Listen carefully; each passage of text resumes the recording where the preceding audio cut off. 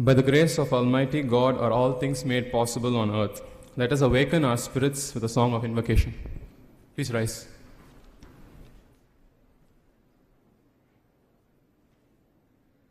Maitrim bhajata akila hrijetri. Maitrim bhajata akila hrijetri. Maitrim bhajata akila hrijetri. Atmavadev paranapi pashyata. Atmavadev paranapi pashyata. Yuddham tyajata spardham tyajata. Yuddham tyajata spardham tyajata. Tyajata pareshva kramamakramanam. Tyajata pareshva kramamakramanam. Maitrim bhajata akila hrijetrim. Janani prithvi kamadogaste. Janani prithvi kamadogaste. Janako devaha sakala dayalu. Janako devaha sakala dayalu. Dhamyata datta dayatvam janata. Dhamyata datta dayatvam janata. Shreyo bhuyat sakala jananam. Shreyo bhuyat sakala jananam. Shreyo bhuyat sakala jananam. Shreyo bhuyat sakala jananam. Shreyo bhuyat sakala jananam.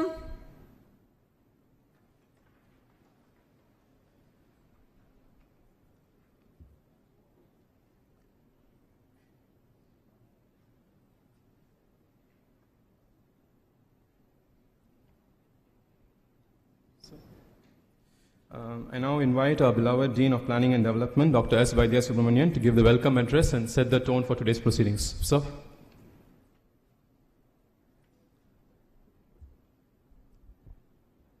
Mr. Justice Nagamuthu, Judge of the High Court of Madras, Mr. Mohan Parasaran, Solicitor General of India, Mr. S.Gurumurthy, special invitees, faculty colleagues, student friends, and friends from the print and electronic media. A very good morning to all of you. I'm again back here to address the same gathering, and I'm extremely happy today for a variety of reasons, more importantly for two reasons. First, we are going to see the honoring of three outstanding jurists that the country produced, who left behind them permanent footprints that's worth emulating as students of law, as professionals, as well as somebody like me as a litigant. And secondly, we are also going to celebrate the germination of an idea that got seeded 3 months back when we decided to establish an initiative to understand the nuances of legal anthropology. And to do both of that, we have with us this morning Mr. Mohan Parasaran, the Solicitor General of India, Mr. S.Gurumurthy, whose acumen in corporate law is generally solicited by all corporates all over the country, and a very unassuming guest in the form of Mr. Justice Nagamuthu. I'm very happy, sir, that you are part of this morning's function. Testimony to the fact that, and this is a real testimony to the fact that good initiatives will definitely have guests of His Lordship's type to attend the same. I just thought I will set the context for this morning's event. Mr. Mohan Parasaran, in addition to launching the research chair on legal anthropology, will also be launching 3 schemes named after 3 illustrious legends of the Indian bar: Justice Patanjali Shastri Memorial Scholarship Scheme, Nani Palkiwala Memorial Scholarship Scheme, as well as the G. Ramaswamy Memorial Scholarship Scheme. And it is so apt that these schemes named after such great individuals is also being inaugurated by an individual who belongs to an outstanding family that has also contributed some of the best jurists to our country. Ladies and gentlemen, I'm talking about the family of the great Parasarans, whose contribution to the Indian legal landscape has been phenomenal and still continuing. And we have had the good fortune of knowing Shri Parasaran right from 1989. I think this is the silver jubilee year probably that we will be celebrating our association with your father. In some form or the other, right from the day he came here to deliver the convocation address till probably 2 days back when he spoke to our Vice Chancellor to convey his blessings on a different context, there has been one way or the other, there has been some form of relationship with the family of Mr. Parasaran, the senior Parasaran, appearing for us. And also, we've been beneficiaries of the personal benevolence that he showered on our family. And continuing that, Mr. Mohan Parasaran himself was also appeared for SASTRA as a counsel, who hosted some of our students when they visited the Supreme Court very recently. And his other son, Mr. Satish Parasaran, who's again been very generous to take some of our students as interns. And talking about that, I'll also come back to you, sir, requesting to accommodate some of our students as interns in the office of the Solicitor General. And his Mr. K. Parasaran's grandson, Rahul, also now engaging with us in various moot court competition initiatives. This is just to demonstrate that the School of Law has a special relationship with the family of Mr. Parasaran. With this context, ladies and gentlemen, I take great pleasure in welcoming Mr. Mohan Parasaran on behalf of the entire SASTRA University family.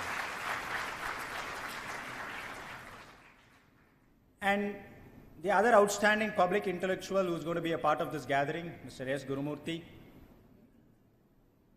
He needs no introduction for this gathering because we are still not fully recovered from the hangover that we had when you delivered the lecture on evolution of law and society a couple of months back. You seeded the idea of the need for a study on legal anthropology. And it was after listening to that speech that we also decided that we need to develop a school of thought in the School of Law here at SASTRA University that encourages students and researchers, not only from the School of Law, but from various other law schools, to engage into this complex subject of legal anthropology. And we owe it to Mr. Gurumurthy for having seeded this idea. And today, we see the birth of the formation of the research chair on legal anthropology. Thank you very much, sir, for providing us that insightful idea to start this. And I welcome you again on behalf of the entire SASTRA University family. Two of these outstanding individuals are here to talk on 2 different topics that I have requested them to. Mr. Mohan Parasaran on what it needs to be a successful jurist, coming from a family of successful jurists, and to share his experiences of moving with people of great experience in the bar. And I am looking forward to your speech, sir, because it is only speeches of this type which will prove to be inspirational for students like you to become a very good judge in the future, laying the law for the land, or good lawyers with tactful interpretation skills, fighting for a public cause, just as Mr. Nani Palkiwala did, and also learn the art of court craft with great amount of wit and humor, just as Mr. G. Ramaswamy did. Now, each of these three individuals that we have chosen have left behind, as I said before, footprints that are characteristically theirs. And you will know what it needs to become a successful jurist from the horse's mouth. And secondly, on why we need to study legal anthropology. I am not qualified to talk on the topic. I would rather sit down and listen as to why we need to study this issue of legal anthropology. But thought I will just leave with a small idea parked in the mind of this audience. Today, in the name of progressive jurisprudence, private disputes often end up in the form of an order that mandates the way in which society needs to behave. Should private disputes actually be the tool for mandating social behavior? Should law actually dictate how a society should behave? Or is it the social conduct, the right social conduct should be a model for which the jurisprudence need to choose those right social conduct as benchmark? Now, this is a big debate that is ongoing. And it is not just the relationship between law and society. The study on legal anthropology is something more than that. Sociology, law, economics, culture, politics, something beyond just the simple nuggets that we think is legal anthropology. So I thought I will set this as the context, and I'm eagerly looking forward, just as you are, to listen from these two outstanding individuals. And I take this opportunity again to welcome all of you for this morning's function. Thank you very much.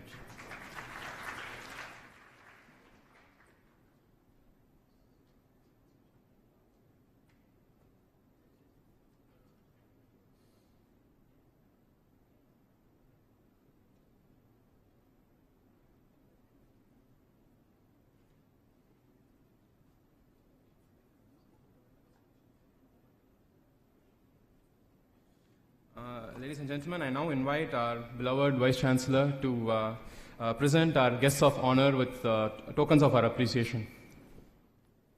Sir?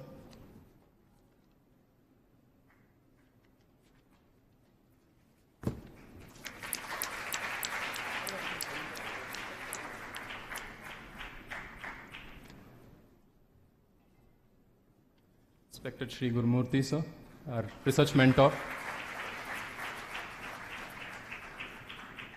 Honorable Justice Nagamuthu,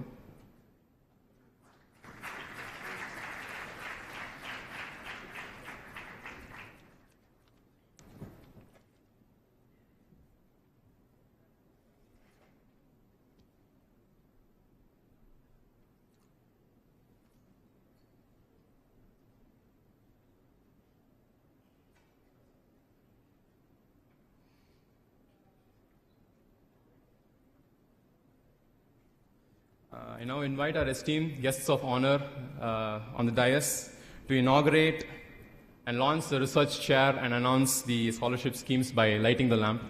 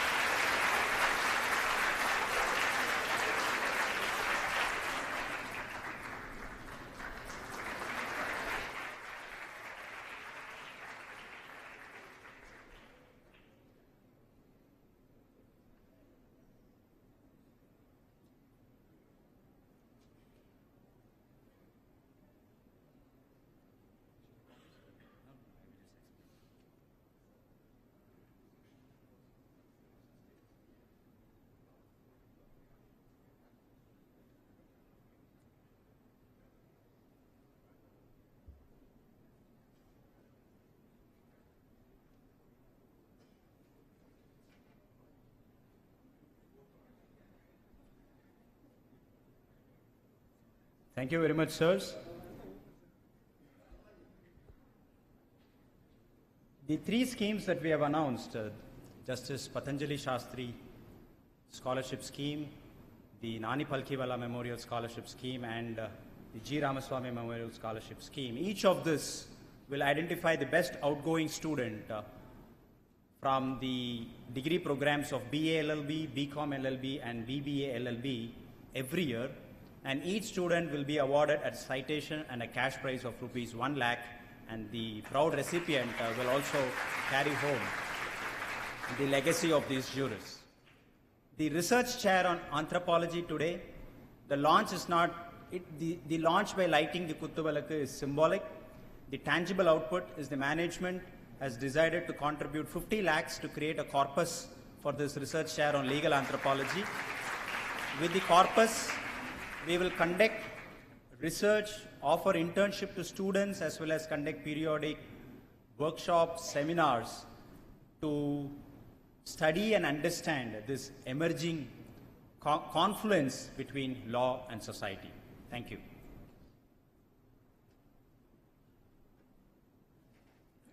Thank you, sir. I now request most respected Shri Mohan Parasaran, Solicitor General of India, to give us the inaugural address on being a successful jurist.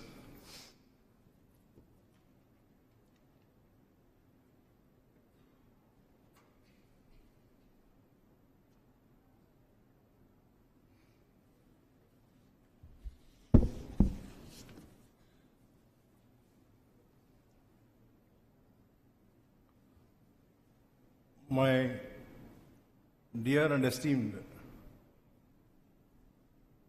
friend and the mentor of this great institution, the Vice Chancellor, Professor Sethuraman, respected and esteemed Shri S.Gurumurthy ji, Dr. Vaidya Subramaniam, Honorable Mr. Justice Nagamuthu, the Dean of the Law Faculty, other distinguished members of the faculty, and above all, my dear students and friends. I think the SASTRA University has put me in a very great predicament to let out a trade secret. But nevertheless, I think it's a very great occasion to be present in this great institution, which has grown over the years only due to sheer dedication and involvement of Shri Sethuraman and his family. And they have actually worked only for promoting education, unlike several other institutions. And also at the same time, they have worked for communal causes and philanthropy, as we have recently seen. And I am very proud of their activities. In fact, our association with Mr. Sethuraman's family spans over well over, I think, 2.5 decades. And we are very happy that their family has been growing by the grace of the Almighty year after year. Likewise, we have also had very great personal regard for Shri Gurumurthy ji.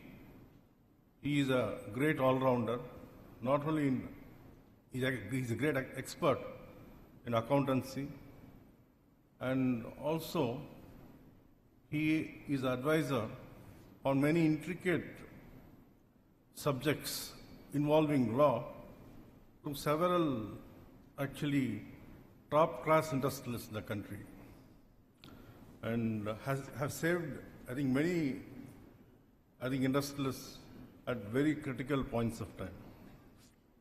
And I have been witness to that.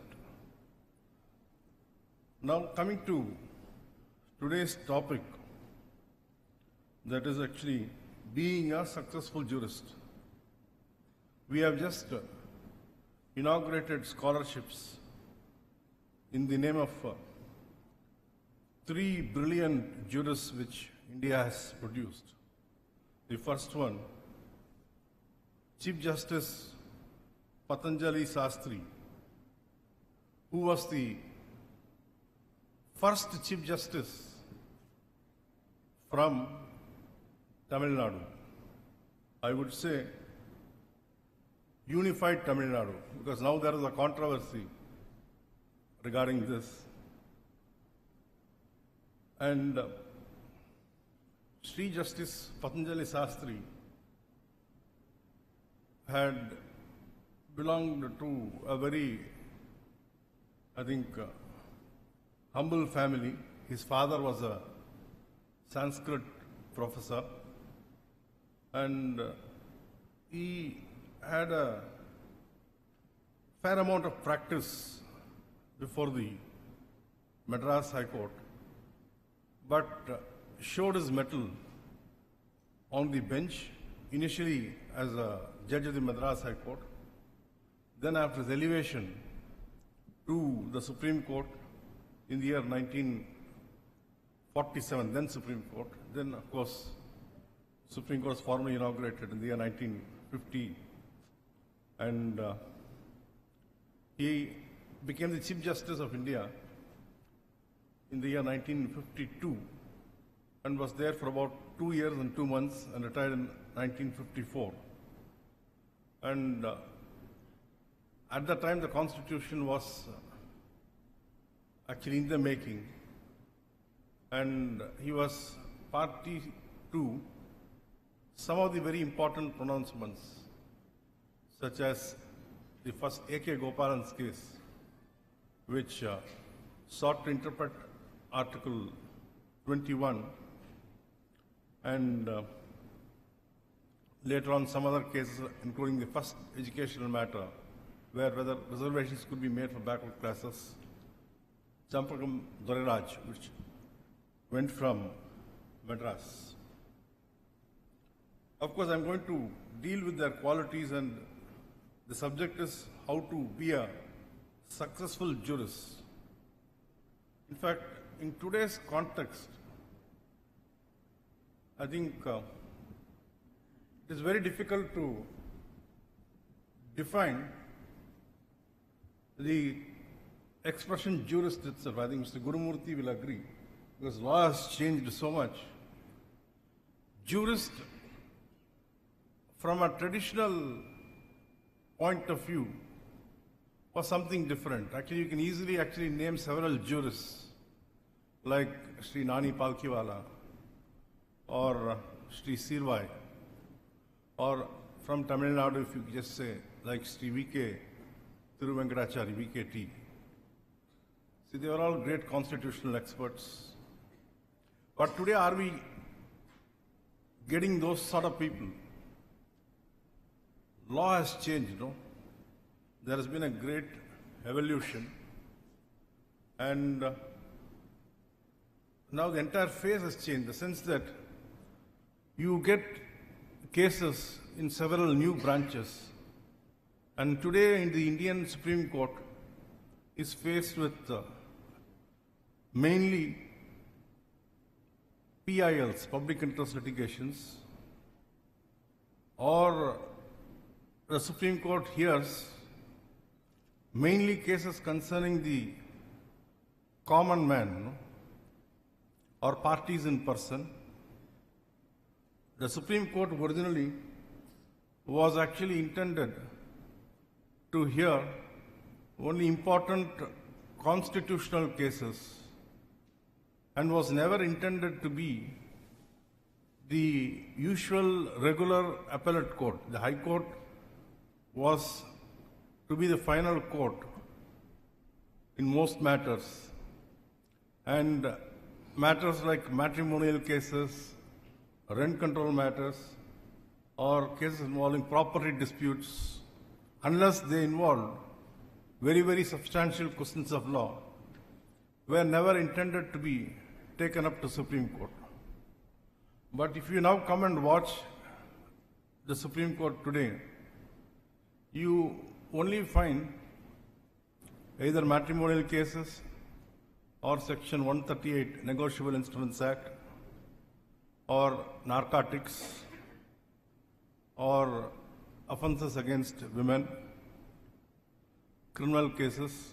Chief Justice's court is now hearing criminal appeals. I think those days, I think they were sitting in a combination of three, hearing important constitutional matters. But these are my preliminary observations. Now actually there's been a complete change in the very pattern of litigation in the Supreme Court. And only in a few courts I find they hear actually matters of complexity on a final hearing day. And that too I find that so-called bracketed top-class lawyers, they are absent. And they only come for admissions on Mondays and Fridays. And we find actually in horses, you actually classify horses as class 1, class 2, or class 3, class 4. You find class 4 horses arguing very important matters. That's why actually law goes in a different direction. Therefore, I think we'll have to give a serious thinking with regard to these aspects, and I think reorient. I asked some of the judges, in fact, the former Chief Justice and also the present Chief Justice of India, as to the need for reorienting the entire functioning of the Supreme Court. Now the present Chief Justice of India has decided to constitute a regular constitution bench of 5 judges on a regular basis. That's why now I think this Mullai Periyar is being heard now by a particular constitution bench. Then from next month onwards, it will be a different combination. And once I think the Supreme Court starts taking up matters of importance, I think things will change. The court can of course hear matters involving public interests or matters which are intended for electronic media, but they should also hear cases which have been pending for years involving very great questions of law. And they should continue to lay down the law, which we badly actually require for posterity. If you actually see the reports from 1950 till 1970, we have had excellent quality judgments, even up to 1980 also. From 1980 to 90, it was the pattern changed towards PIL. Post 1990s, you got all sorts of judgments. Then later on, it was all, now we see, as I said, judgments in all branches, 2 pages, 3 pages, and sometimes only repeating arguments of counsel. They start by saying that these are the facts from the pleadings, so-and-so contended, respondent contended, so-and-so cited, in this case it was held, in that case it was held. And last paragraph, conclusion. So that's been like that. Now, let me come to the main subject, how to become a successful jurist. See, what I personally feel is, to become a successful jurist, essentially, I think you have to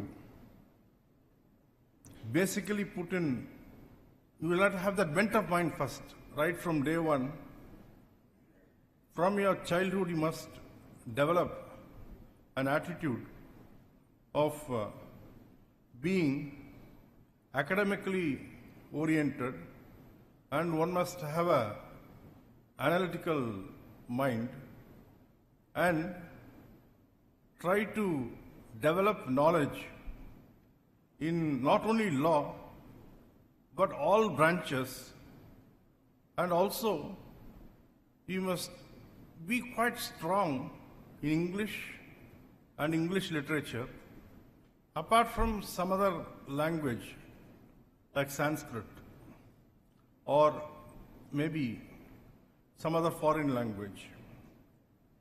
And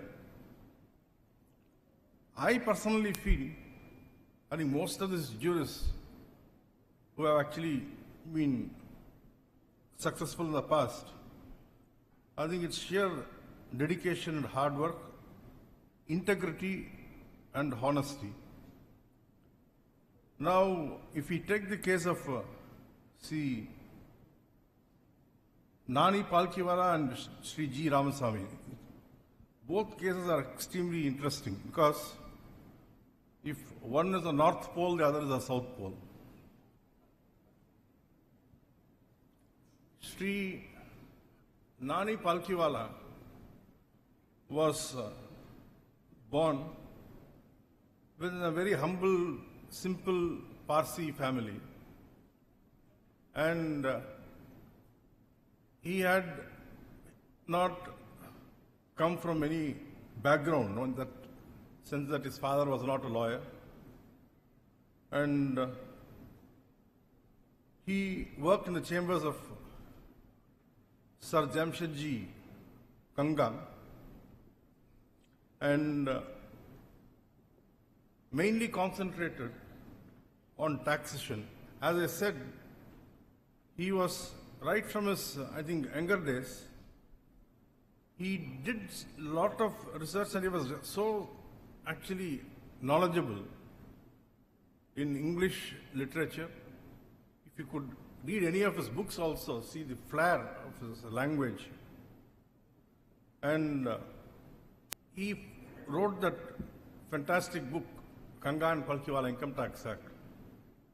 And those days, it was Sampath Iyengar who actually sought to question the book written by Palkiwala on the ground that it infringed his copyright.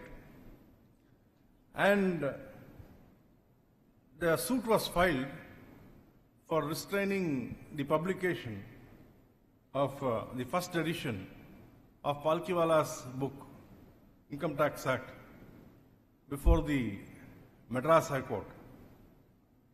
And the case came up before none other than another great giant, Justice Balakrishna Iyer. And Justice Balakrishna Iyer ultimately paid great compliment to this jurist, Palkiwala. And he said, what nonsense, Income Tax Act only merely contains sections. It is not actually the brainchild of Sampath Iyengar. And Mr. Palkiwala has only sought to explain these sections. He has not copied verbatim. He has given one interpretation, he has given another interpretation. I salute this youngster. And later on, you know how all Palkiwala's book were sold like hotcakes. And Sampath Iyengar was running into several volumes. Nani's first edition was only one volume.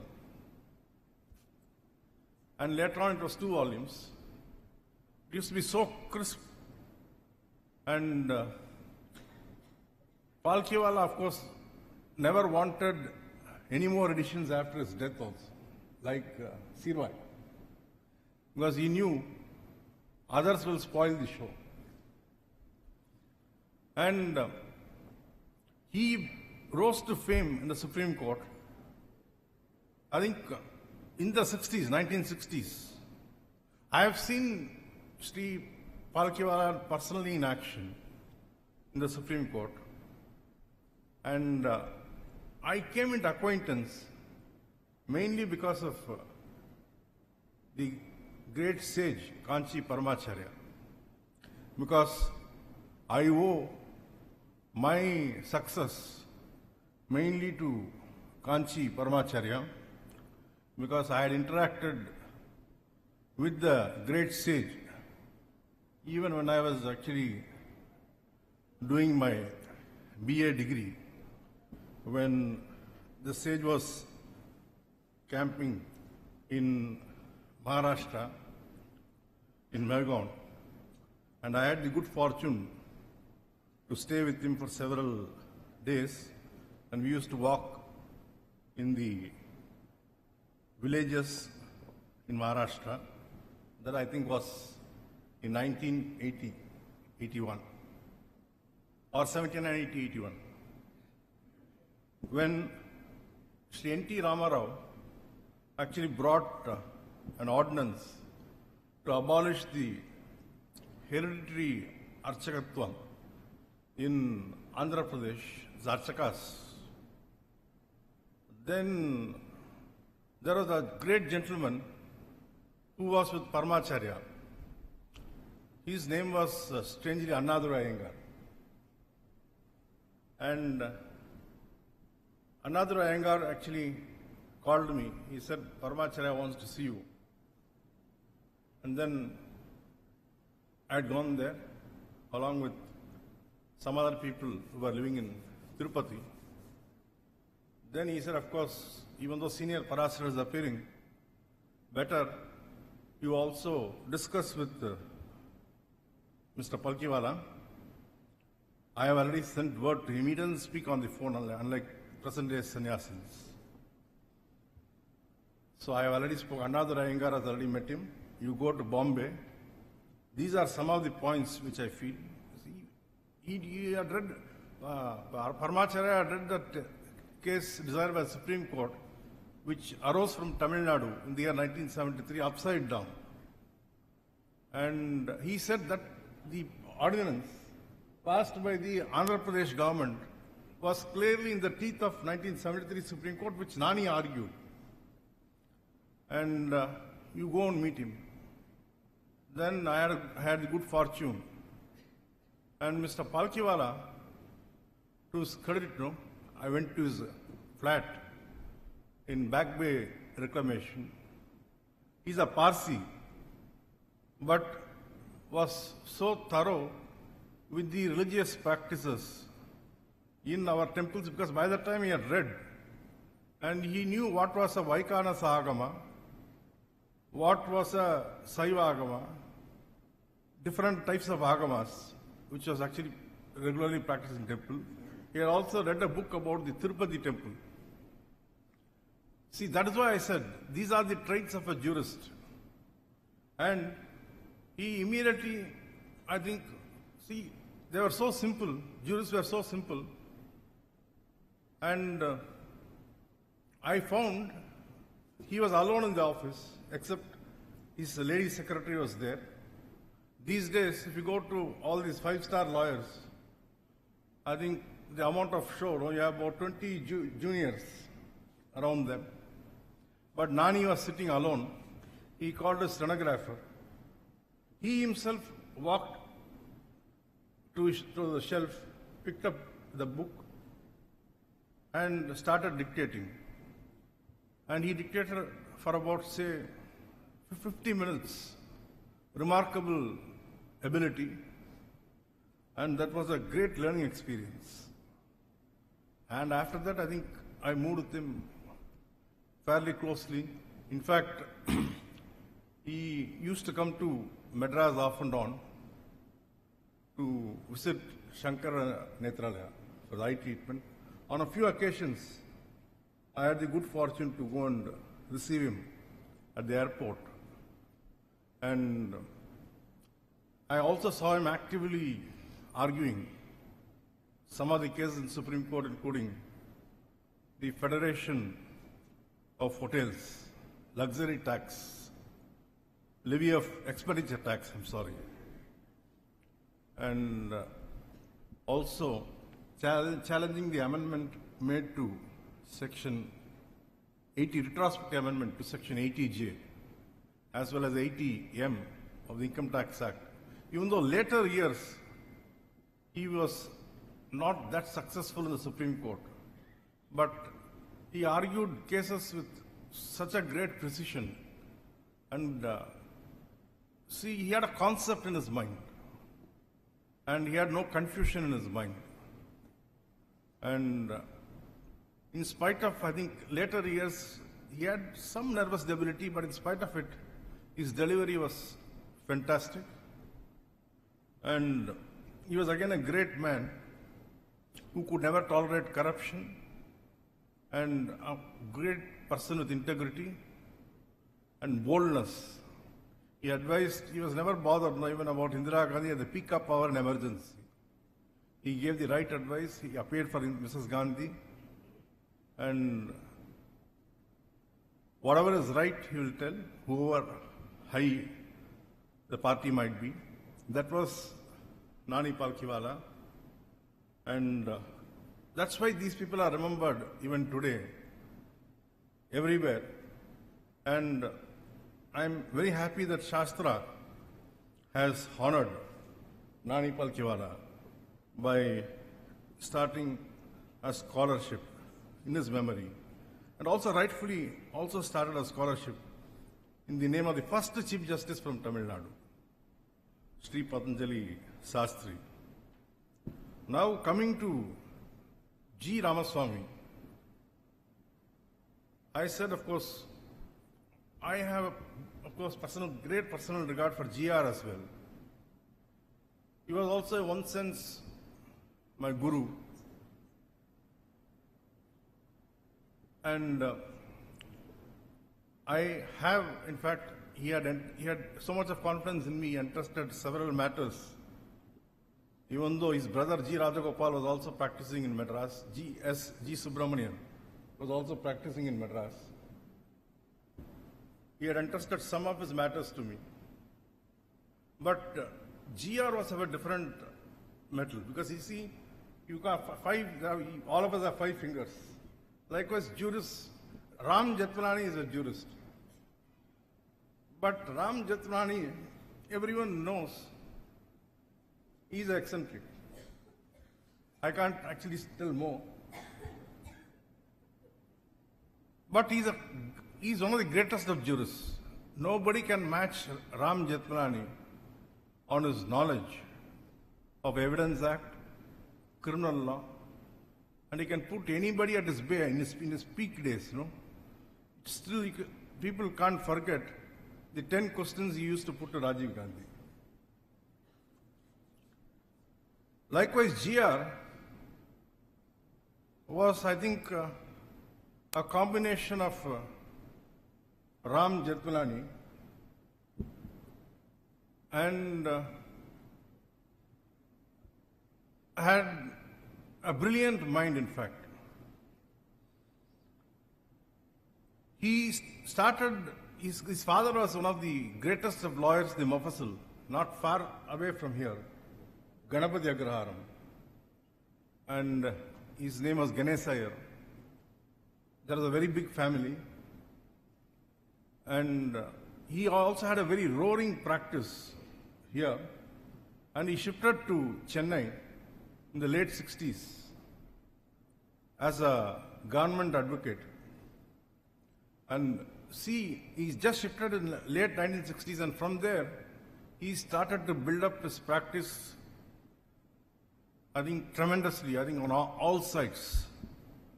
He was closely associated with the late Mohan Parasaran, and he developed wonderful practice on the constitutional side, and was appointed by the then DMK government as the government leader. And most of the time, you name any top industrialists in Tamil Nadu, he was appearing for them. And I came into contact with him in the year 1986, when we went for the International Law Association Conference to Seoul. And he was suddenly asked to speak in the conference by the then Chief Justice Bhagwati, because Mr. Venugopal, who was to come, he had not arrived. And international conferences, he must always actually be prepared and give a proper speech. And it contained a very packed audience of jurists. But GR stole the show, but with humor, no? Even in that conference. So, and GR became the Additional Solicitor General in 1987, and later on became the Attorney General for India. But he taught me a very important thing. We were actually preparing a suit, and the Bombay people, I don't want to name the lawyer, they had actually brought a plaint running into about 52 pages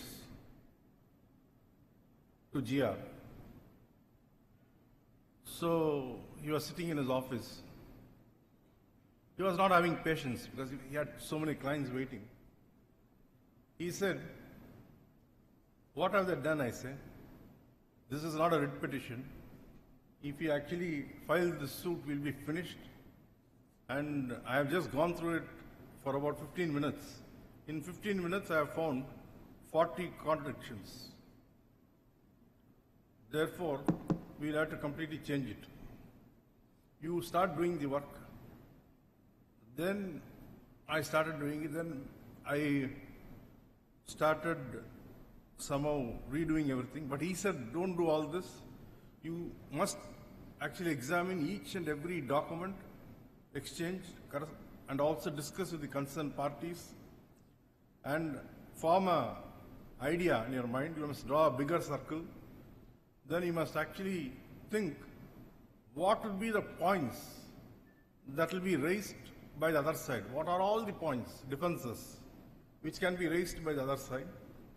You must try to actually cover up everything in this itself and avoid inconvenient things, and also try to see what questions which can be put to witnesses and try to also include all that.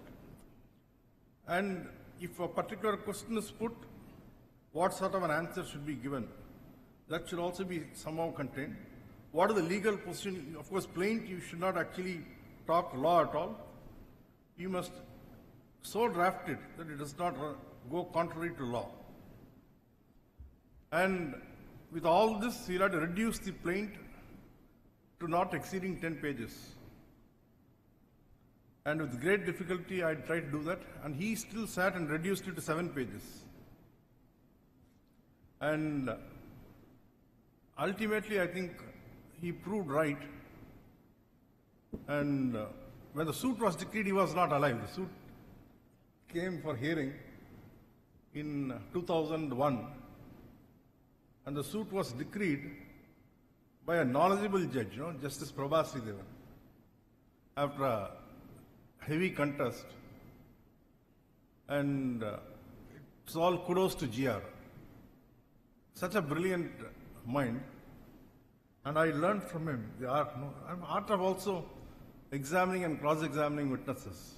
He was also a great trial lawyer and a person who is known for great humor in court. He will carry in any court, he will carry with his humor. And he used to joke. He said, "I was such a lawyer, I was such a fool. I never knew that I'll become the Attorney General of India. My father just gave me the first brief and just told me to go and ask for time. I literally went and appeared before the judge, and the case was called out. Then I said, 'Your Honor, what is the time?' So my practice started like that. But anyhow, I think by the grace of Almighty, I think I have grown and had a good innings. Unfortunately, he died prematurely, and he could have lived for some more years. And it is befitting. In fact, GRS represented Shastra also. Initially, he I think got the first order for Shastra. And Shastra became one of the greatest of litigants, thanks to GR. And it is befitting that Shastra has thought about all these three. And it is, in fact, congratulate Shastra for remembering all these three people. Their memories should always be remembered and they should be celebrated forever. I thank Shastra and the team and all of you for having given me an opportunity and having listened to me patiently. Thank you.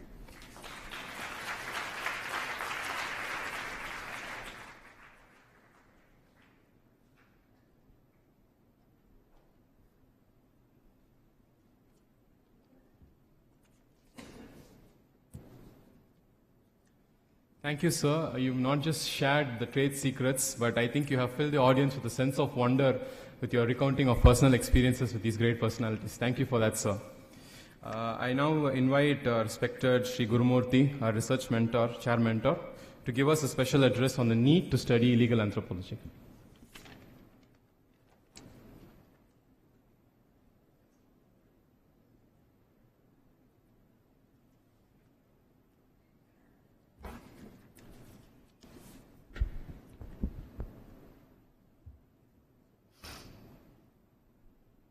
Professor Sethuraman, Vice Chancellor of this institution, and a person who has a knack of connecting me to this institution almost on every relevant and conceivable occasion.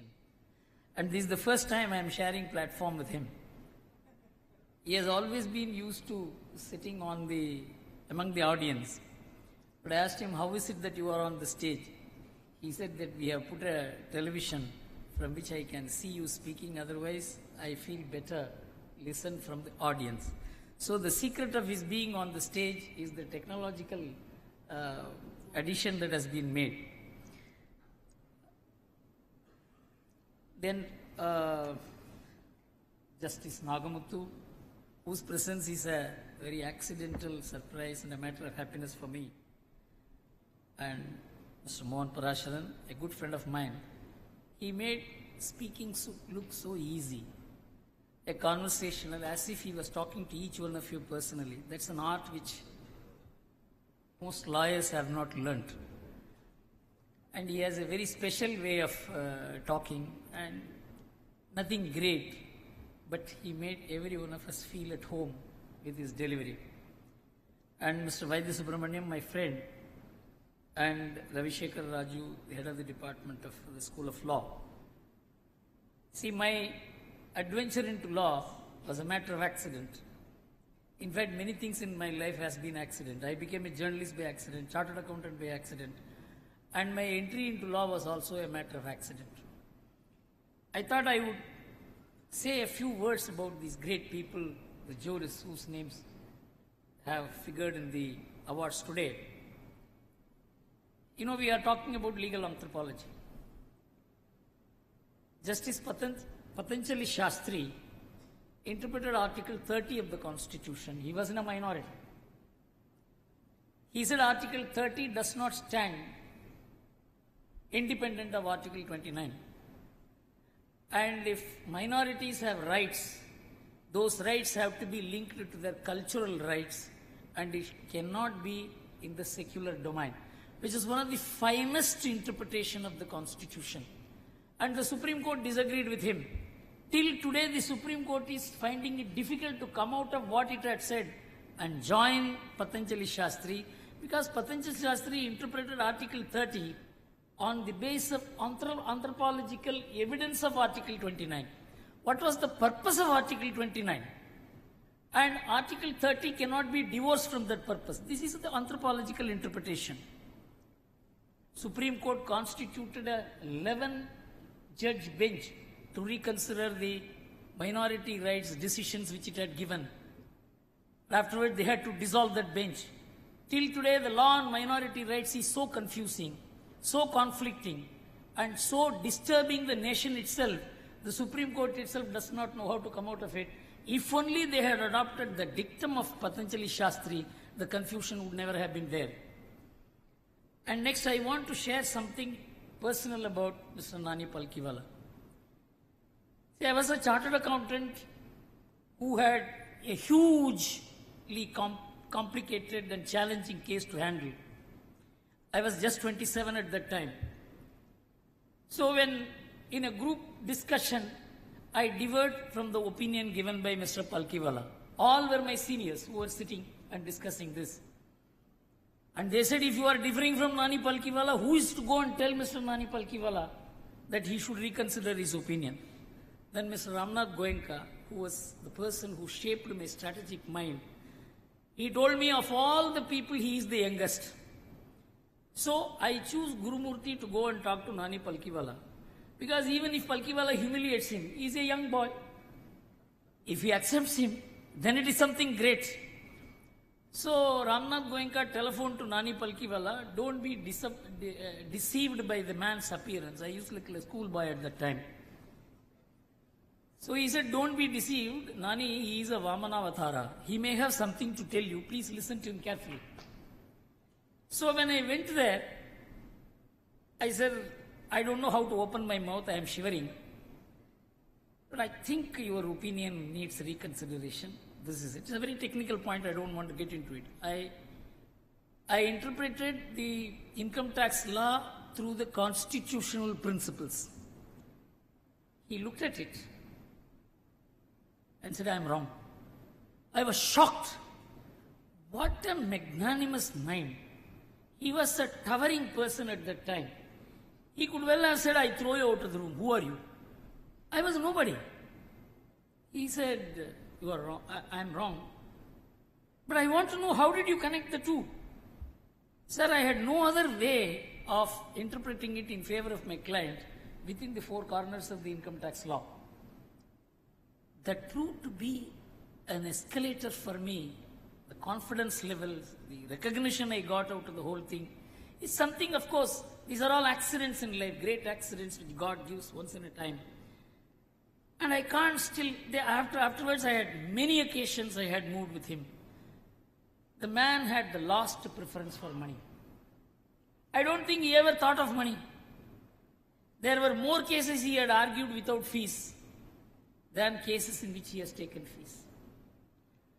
I think more cases he has donated to the trust. It is because he saw the profession of lawyers not just an intelligent man's profession, but also an intellectual's profession. An intellectual is proud of his intelligence. A mere intelligent person is only egoistic about his intelligence. There is a difference between pride and ego. In people like Nani, we saw pride. Pride of not just the knowledge, but as the responsibility, the wisdom, the duties. He owed it to the society, to the bar, to the bench, to the nation. You see, these are all qualities which are disappearing because the tsunami of money has taken over the society. It has affected every profession, and it has affected the legal profession also. Then, one thing I must say about my interaction with G. Ramaswamy. You know, there was a law passed by the government in Tamil Nadu banning hoardings being put. And they passed the law under Article 31C of the Constitution, which said that if a law is passed to implement Article 39C and D, that means if it is passed to prevent monopolies and things like that, then that law cannot be challenged. The question is whether the declaration attached to that law was proper. So when I told him that there is a principle called pith and substance, in pith and substance this declaration doesn't hold good. He said, who are you? Are you a lawyer? You are talking about the Constitution of India. I said, sir, this is one law about which every citizen can talk. He said, I expected it from you. That's why I asked this question. So GR is never defeated. In everything he always used to win. There was a Thakkar Natarajan commission, which was the most indefensible commission the government of India set up.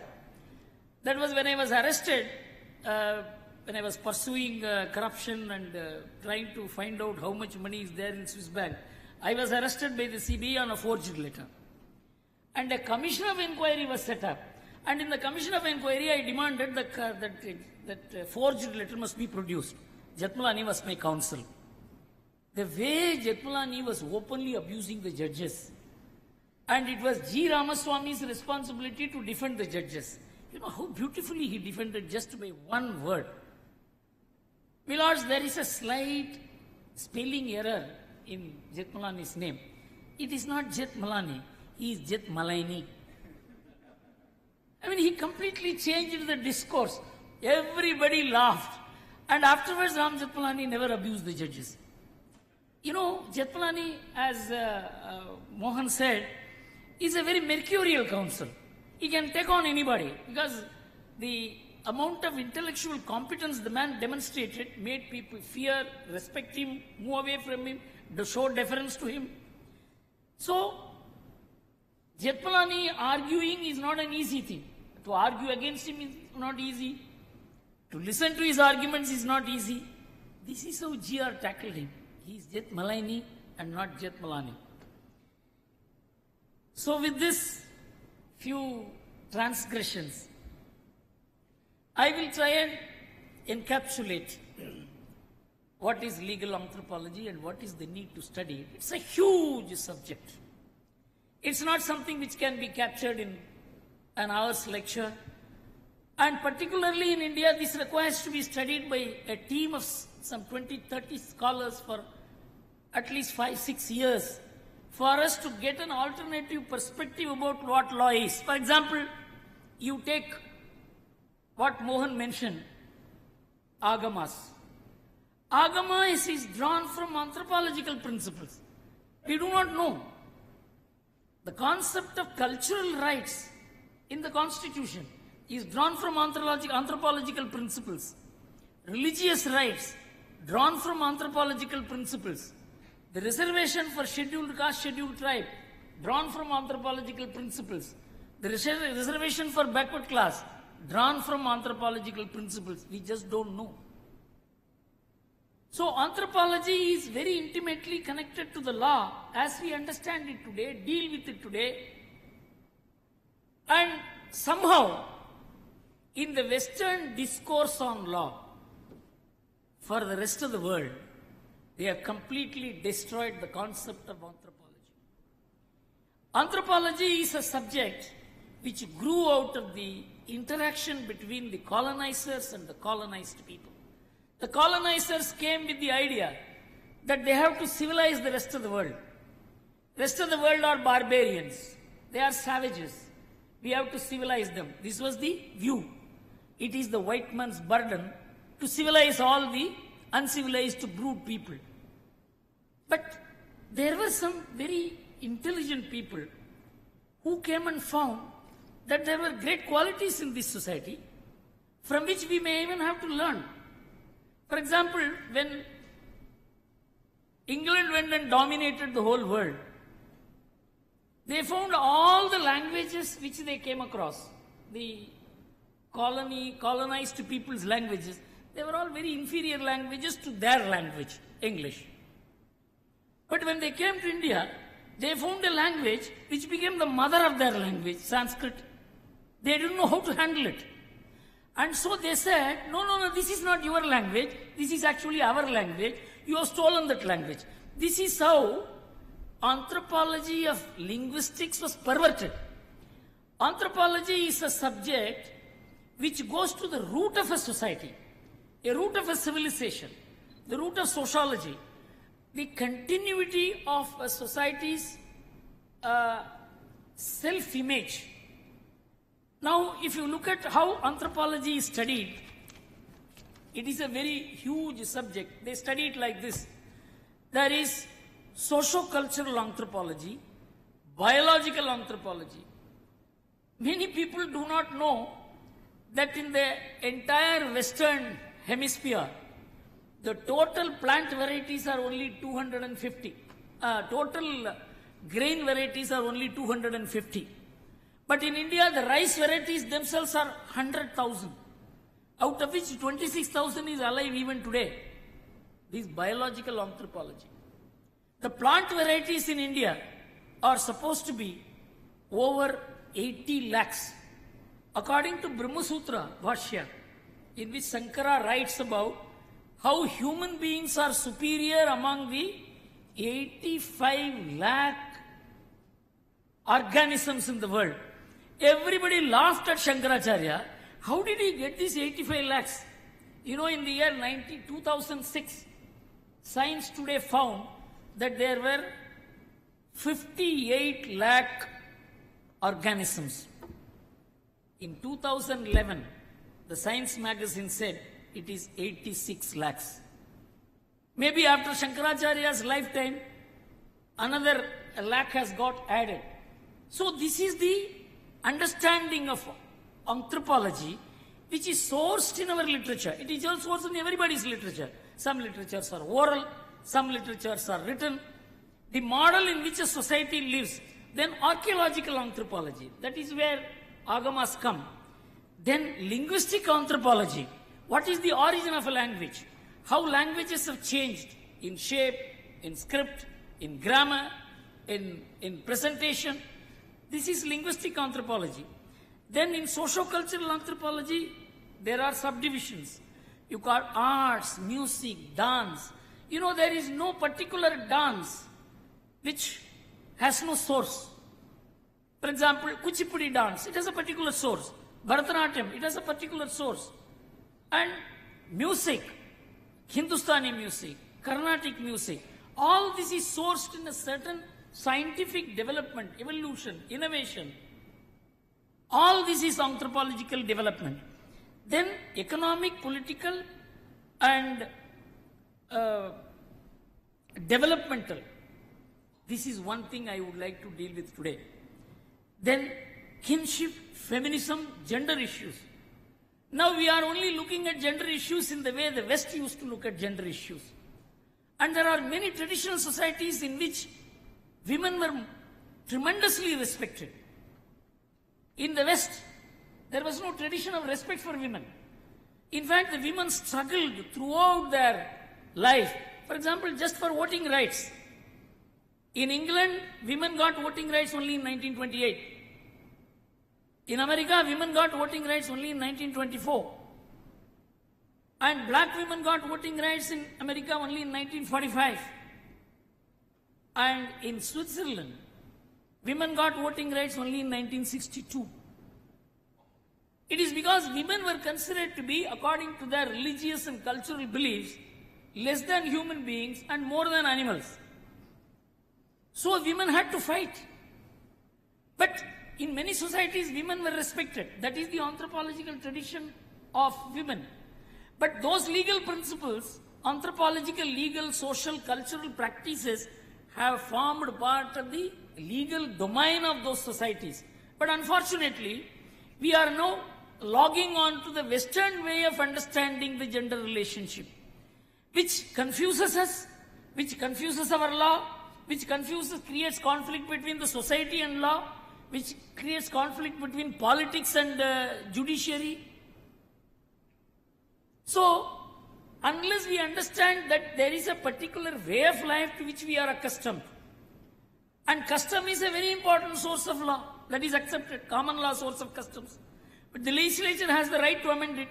They have the right to amend it based on a philosophy. The philosophy is past is wrong. Past is wrong, so you have to amend. I will come to it, how the past is wrong principle was applied for developmental economics and how tremendous hardship and chaos it has caused to the world, that I will come to you by reference to the United Nations document. Then medical, nutritional, psychological anthropology. You know, there are societies where there are special medical gifts, medicinal tradition. And there is one healing hand theory in Scandinavian countries. There are certain families who, if they touch, your bodily ailments are cured. Even today such families are there. You can't scientifically explain this, but it is there. There is a Varmakalai which is prevalent in Kerala and in Kanyakumari. There are people who had incurable bodily problems, and the Varmakalai man will come and touch the relevant points and you are cured. And you know about this acupressure, acupuncture, none of which finds in the modern scientific approach to medical treatment. But this is medical anthropology. Likewise, political and legal anthropology. What is the political institutions? What is the norms of politics? Do we look to the Westminster system? Or do we look to the American system, which is the latest? Or we go back to the Platonian system? Or do we go back to our Yudhishthira or other great lawgivers? And you have completely shut your eyes to our own legal system, our own constitutional understanding, and our own way of relating in the society, which is prevalent even today. And it is so wide. For example, the way the Bhil tribe manages its civil law, the Indian civil law can never penetrate there. Because they organize their affairs in such a way, they don't go to courts. Unless you go to court, your law will not work. Their society manages things. And even today there are conflicts between the village panchayats and the judgment of high courts. In fact, I wrote an article castigating a judge who called village panchayat kangaroo courts. I said, don't look at the cinema and say the village panchayats are kangaroo courts. But for village panchayats, caste panchayats, religious people, the amount of dispute that will go to the courts in India will be 1,000 times more, maybe 100,000 times more. The courts will run away. Most disputes are resolved by social intervention. There is a social authority. There is a cultural headmanship that resolves this dispute, but there is no.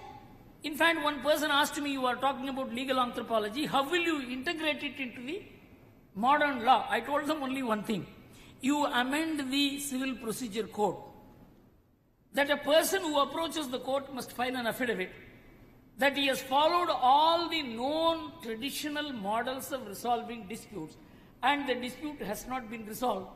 Give 4 instances that he approached the religious head, he approached his eldest person in the family, he approached so-and-so who is a very well-known jurist. I asked him to resolve these problems and they intervened, the other party did not listen, and that is why I am coming to court. And if the affidavit is proved to be false, you dismiss the case. You integrate anthropology with modern law. But there is no original thinking as to how to do it. And so, legal and political anthropology is completely proscribed in India, banned in India. And we have delegitimized it, called it names. Because it is not handled by people with black robes. So you must understand the amount of loss, the amount of illegitimacy we are heaping on a society, which even today, 700,000 people, 700,000 villages in this country, 7 lakh villages, are living with only 12,800 police stations. It is not possible to manage India through police stations, or municipal courts, or district courts, or high courts. It requires an enormous social mechanism to be in place. That is legal anthropology. Then natural and scientific anthropology. The entire benefit of the anthropological heritage of India has been denied to us. This is the point I am going to make, how important it is for us to revive this study and why it failed. You know, legal anthropology, generally the principle of anthropology was born in India through John Mayne. You must have heard about that name, man who wrote the Hindu law. He came as an officer of the British, and found there is a huge corpus of law, smritis, and people handle it in such a way that there is a social order. But he said there is a problem in this. This is a status-oriented, relationship-oriented legal system. And we are bringing in a social contract and contractual relation system, the contractual legal system. So, contractual legal system versus a relation-based society. Conflicts emerged. The society lives through a relationship. For example, I have resolved many family disputes. One of the difficult points in which the family disputes cannot be resolved is the younger brother sends a legal notice to the elder brother. Sir, en thambi legal notice anchitan sir enakku. It's a very legitimate thing in law. But the society doesn't accept it as legitimate. Appa solrar, en paiyan enakku legal notice anchitan sir. And the first thing a lawyer advises is to send legal notice. A relation-based society, a culturally oriented society, a society which has higher principles to live than just to fight for money, will not accept it. There is a cultural milieu that goes with it. Actually, in 1986, there is a judgment of the Privy Council which said that you cannot decide legal disputes only on the basis of the modern law. You've got to go back to the cultural milieu. And that is why legal anthropology is being reinstated in the Western countries. In America, it is being reinstated.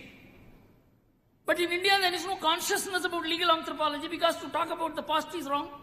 Because past is not in English, It is in Tamil, it is in Sanskrit, it is in Telugu, it is in Malayalam. These are all very inferior languages. So you must understand, because we have discredited the past, we have not evaluated the past. We have not brought about a comparison between what is the past and now. I'll give you a small example. If you go to the court, the first thing the lawyer tells the witness or the person who files the affidavit, no, don't tell the truth. Unnecessarily, if you tell the truth, you will lose the case. You modify it like this.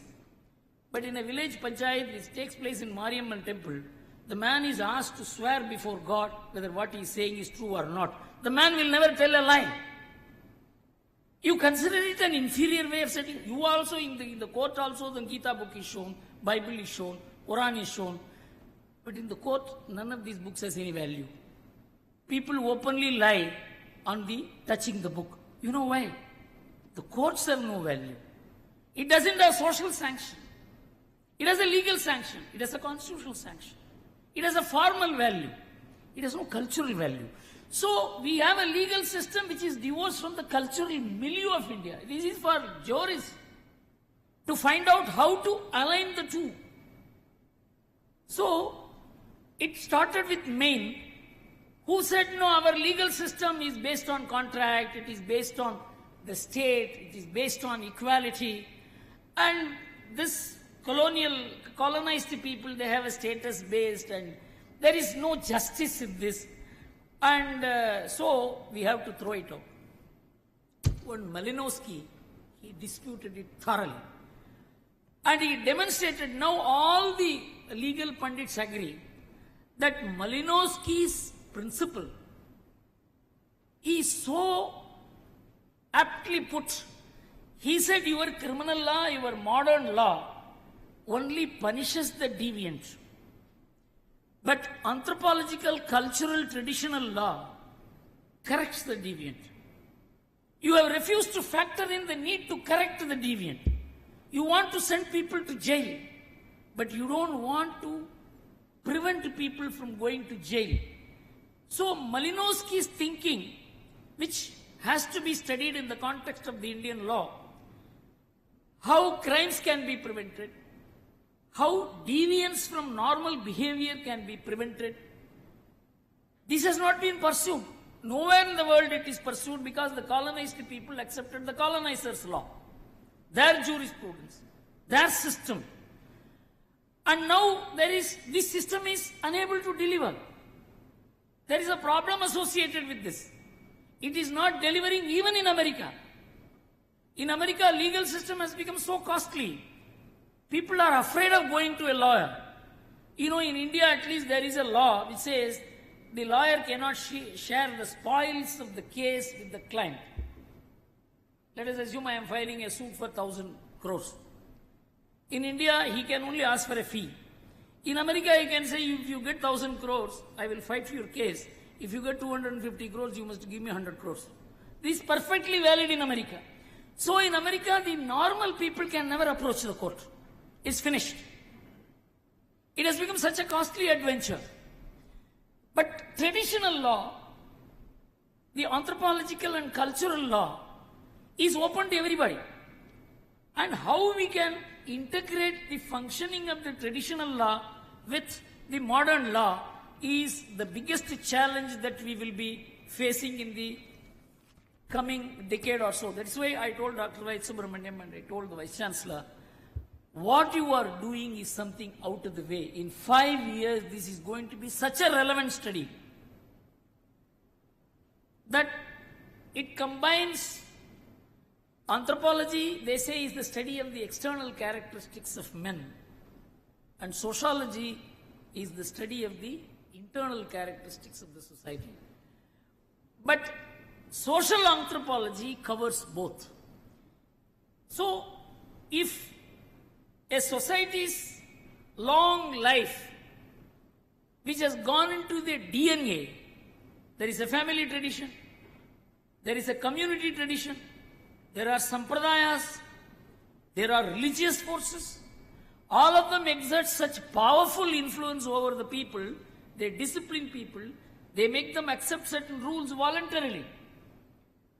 And if you don't recognize the legal effect of those behavioral patterns, the behavioral law which prevents deviance from abnormal conduct and makes a man abnormal, that is not factored into the current understanding about law. And I will just deal with two aspects and say how the whole world has been distorted by ignoring a society's tradition and history. I am going to read out something from the United Nations document. This is development of anthropology of modernity. Modernity and anthropology have nothing to do with each other. In fact, modernity denies anthropology. Modernity means disbelief in tradition. In fact, there is a particular reference that modern anthropology regards the fundamental of modern anthropology is religion is a magical thinking, and every religion is a cultural product created by the human community that worships. There is no sacredness in religion. Religion is your creation, and so it has to be destroyed. That is why the conflict between secular and sacred domains in the West. The secularism in the West wants religion destroyed. It has destroyed it. You know why churches are being sold in England? Why temples are buying and housing Hindu gods in churches? Because they have lost faith in religion because of this conflict which modernity created between religion and modernity. Now I will read out what the United Nations document says. If you have to develop economically, what you should do. There is a sense in which rapid economic progress is impossible without painful adjustment. You please hear the next two sentences very carefully. Afterwards you can talk amongst yourself. Ancient philosophies have to be scrapped. Old social institutions have to disintegrate. Bonds of caste, creed and race have to burst. And large number of persons who cannot keep up with progress have to have their expectation of a comfortable life frustrated.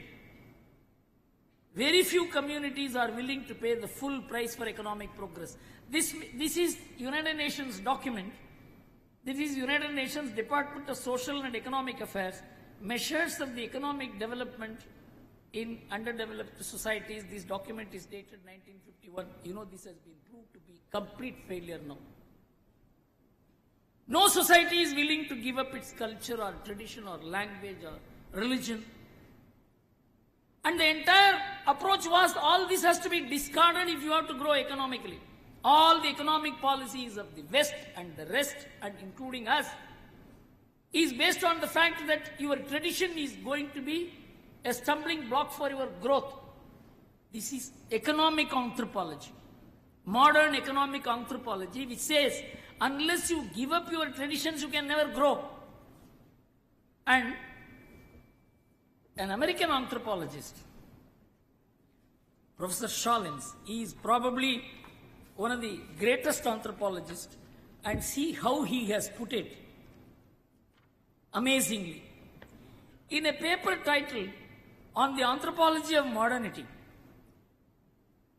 Professor Sholins, a prominent American anthropologist, captures the essence of the theory of modernity as homogenizing the world through economic development based on consumerism. This economic development means integrating the political thoughts, political institutions, economic institutions, social institutions, ultimately reducing the whole human population into individuals. The West said there is nothing called a society. This is called methodological individualism. This is the first step towards modern anthropology. And Margaret Thatcher was asked, no, whatever you are doing is affecting the society. She said there is nothing called a society. They destroyed the society. Ultimately ended up destroying the family. Families cannot survive without societies. It is societies that protect the families. Families live together because of their place, their pride. They feel shy if something happens in their family and that comes out. So the society supervises the family into discipline. So they destroyed the society. With the result that families are destroyed. Today, 47% of the babies born in England are born for unwed mothers. 41% of the babies born in America are born for unwed mothers. In the Scandinavian countries, which are supposed to be number one in Human Development Index, the child born is nationalized. The mother doesn't own the child. It is owned by law. Under the Constitution, it is the inspector of mothers, the inspector of children, who will supervise whether mother is behaving all right with the child. This is what modern law has led to. But can the world survive on this? Scandinavian countries' total population, all the 4 countries put together, is less than the city of Madras. Can that be an example for the world? And we still talk about Scandinavian countries as number one in human development. 67% of the men and women live together, anybody with any length of time without marriage, and that is supposed to be number one in Human Development Index. They have no anthropological memory. They have no cultural habits left which connected them to 500 years back.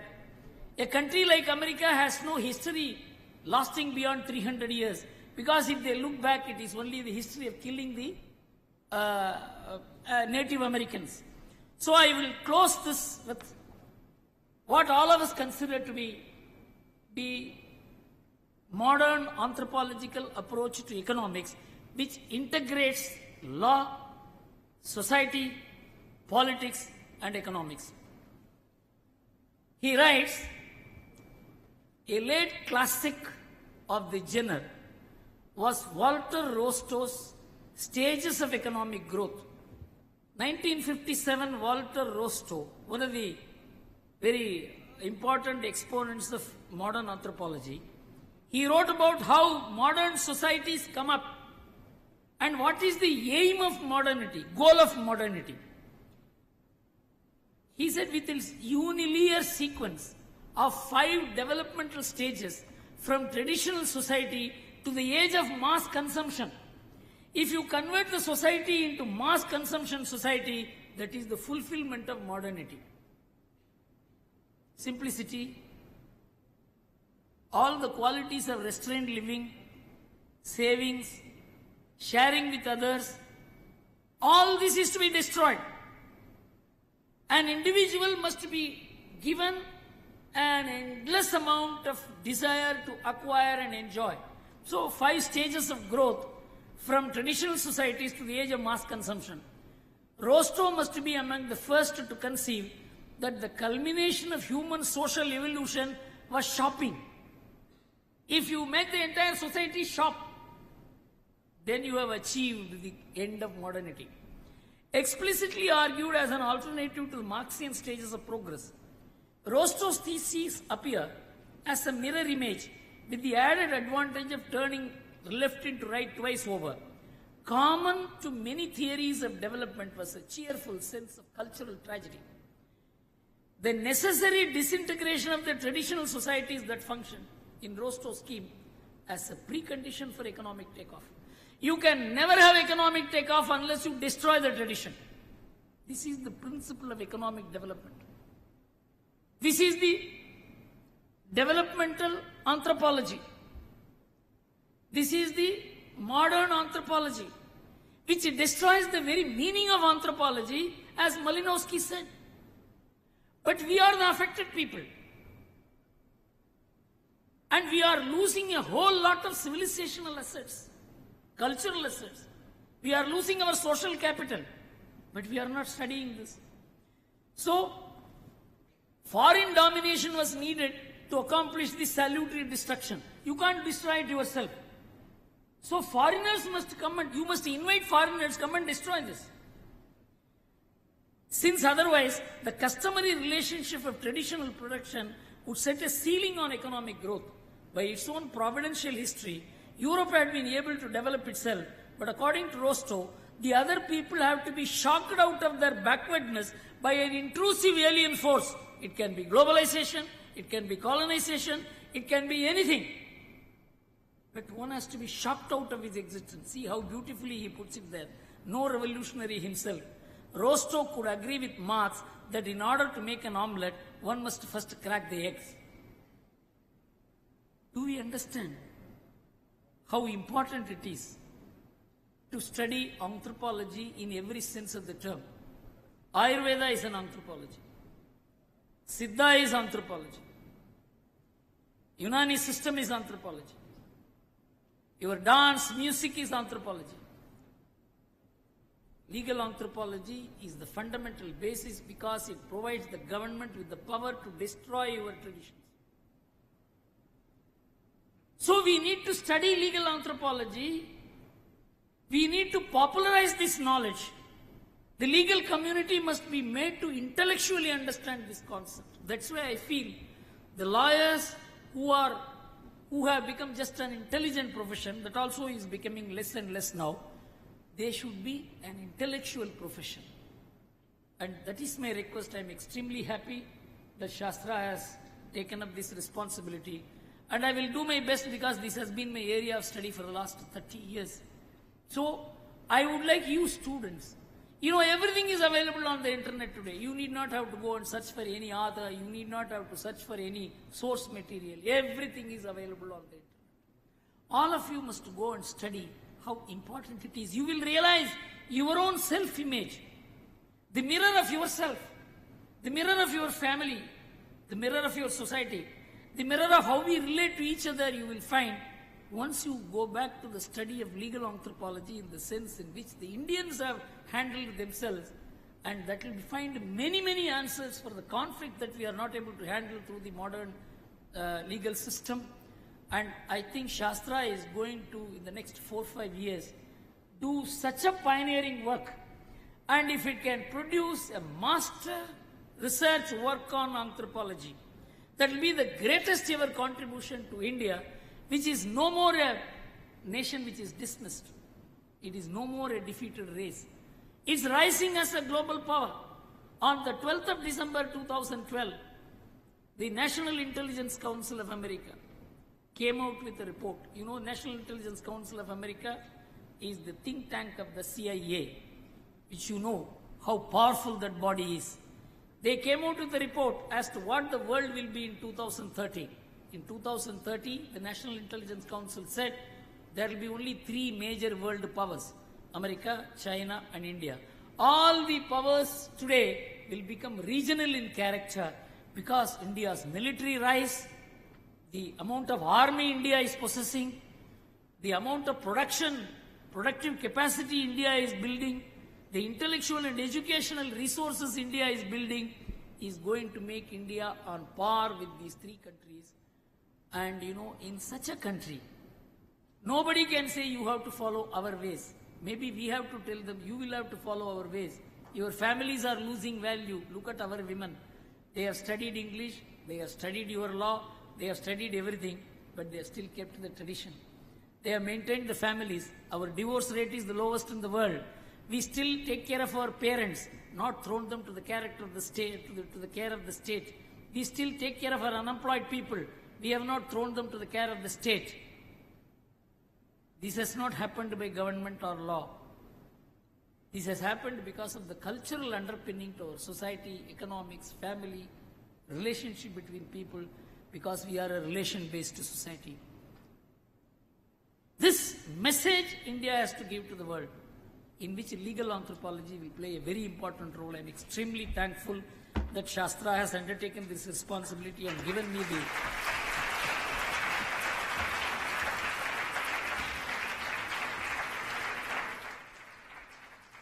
me the opportunity to be their mentor. I will not be a mentor. I will be only a troubleshooter. And you people will have to do the job. Thank you very much.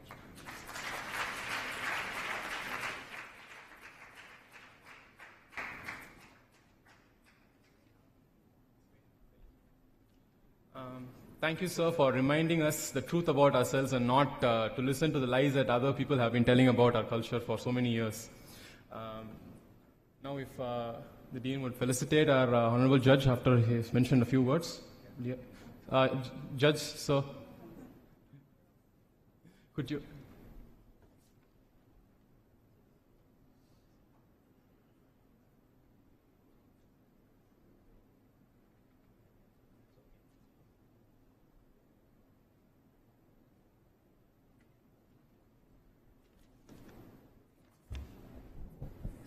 Good afternoon to all of you. It's a surprise for me that I have been called to say a few words before this august audience. I tell you that before I come over here, when my friend Mr. Kupsami, the public prosecutor of Tanjavur district, wanted me to convey the message to this SASTRA, I requested him not to convey because I wanted to be with you in the audience. It is this morning only I came to know about this program. I think it was in the month of March of this year. Mr. Gurumurthy addressed you. I had the fortune of receiving a CD containing his speech. Very recently, mostly I believe it was last week, I heard it in full. I really thought in this way. Had I been called by SASTRA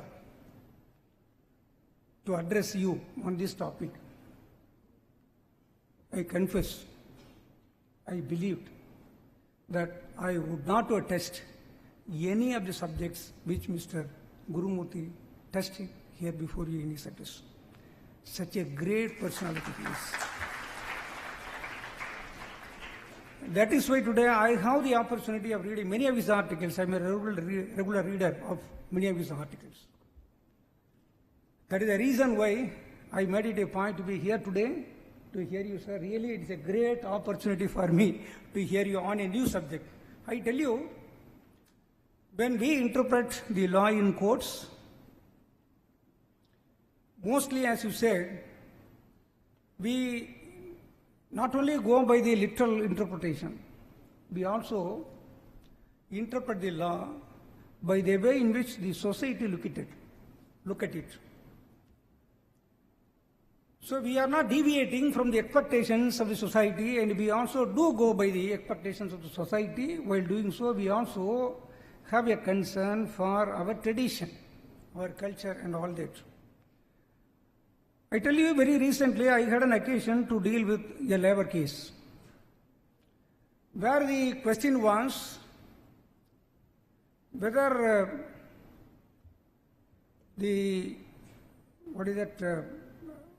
automobiles manufacturing industry. This is the language used in the Motor Vehicles Act. Whether this will include an industry which is producing manufacturing components of motor vehicles. This was the question. I wrote in my judgment like this. See, the interpretation should be the way in which it is understood by a man who is targeted by the law. Here, this is a legislation for the benefit of the working class who are mostly illiterates or semi-literates. If you ask a person whether a manufacturing industry which manufactures battery, which is an important component in the manufacturing of automobiles, is an automobile industry, then certainly he will say no. In his perception, an automobile industry means the industry like this Hyundai, India Limited, like that. So finished goods, that is his understanding. So giving this as an example, I said that this industry which produces or manufactures the components of automobiles are not automobile industries. This is the way in which we interpret it. Therefore, sir, I assure you that we are very much conscious of our anthropology, our heritage, our culture, everything when we are interpreting the law. I am very thankful to you for having reminded me again that we should be conscious of the society where from we have come, where we are living now. We have not come from Western countries. We are living here, we have come from this society. Therefore, we are taking all these into account. I think that yet another case which I dealt with, I can tell you, that case was also given wide coverage in media and the press. A young girl, a poor villager, was staying with her father and brother. She was studying, sir, may I take one more minute, sir? Sorry, only 1 minute I will finish. I will tell you only about this case which I dealt with. Many of you might have seen this in the Hindu and other papers. And a young girl, aged about 18, she was going to a college in Chennai. Her father was a spendthrift drunkard.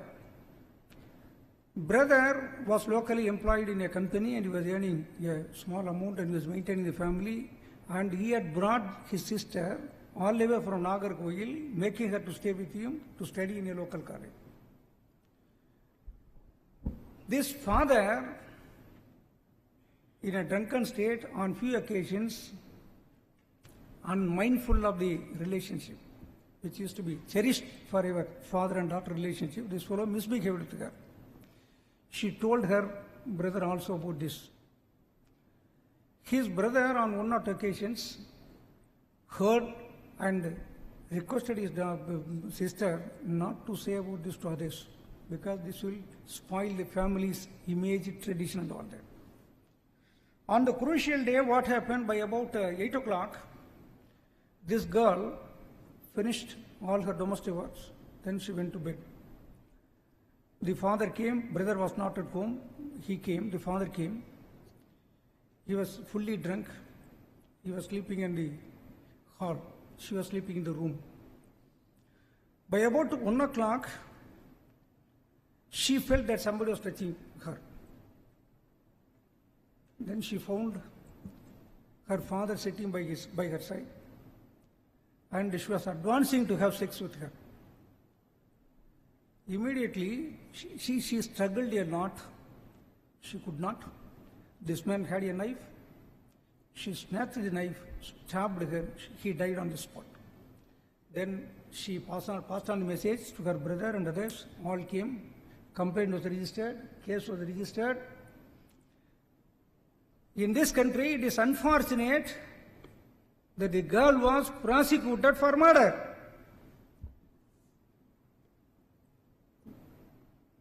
This matter was brought to the High Court by one social activist under 482 CRPC. I was sitting there, came up before me. Normally, what the High Court will do, you know very well. High Court will not at that stage interfere under 482 more particularly. What we will say? No, this is a matter for evidence. You go before the trial court, face the trial, come out. I said nothing doing. Law has to evolve. Law is not so blind to make a girl to undergo this ordeal of trial. Nothing doing. I called the girl. I wanted the girl to be present before the court. The girl was present. Her brother was present. The girl wept and wept. Then it shocked my conscience. See, in that case, I quoted Mahatma Gandhi. This was also criticized, sir, by some of our people. How a judge can quote Mahatma Gandhi, Tirukkural, Quran, Bible and all that in the judgment. How this can be done? I didn't mind. I quashed the charge sheet for the first time, accept the plea of self-defense.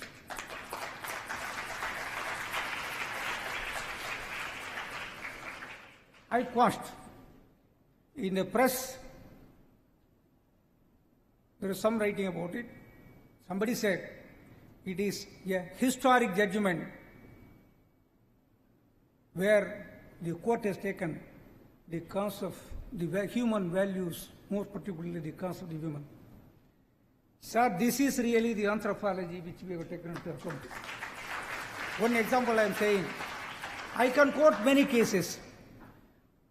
Sir, people say that judiciary should be accountable. Now there is much talk about accountability. Sir, I tell you, I am accountable to whom? To whom? I am accountable to my conscience first. I am accountable to my conscience. Then I am accountable to the society. This is what basically I believe in my life. This should be the anthropology of law. This is our tradition. We have been living up to our conscience, touching our conscience throughout. That is why I tell you that please be accountable to your conscience. Don't forget about our tradition, heritage and all that. What is happening in this country, please kindly see. For the past 1 week you have been watching TV. What is happening? A college-going girl, where the tradition has gone. Yesterday when I was traveling in the train, one person from the cine industry was traveling. He was talking about this case. Without knowing I was a judge and all that, and he was traveling with me, he was talking about this case. I told him that, sir, who is responsible for this? Is it not the cinema? Who taught the younger generation, who are at their tender age, that they can marry without informing their parents? They can live apart. At the time when the parents try to fix up the marriage, you can discuss, see, we have married 2 years before and we have been living as husband. Who taught this? Where are we heading towards? What is the mechanism we have to control? What is the mechanism we have to control these things which destroy our tradition? In this context, I am very grateful to SASTRA, and I am also really very grateful to Sir, Mr.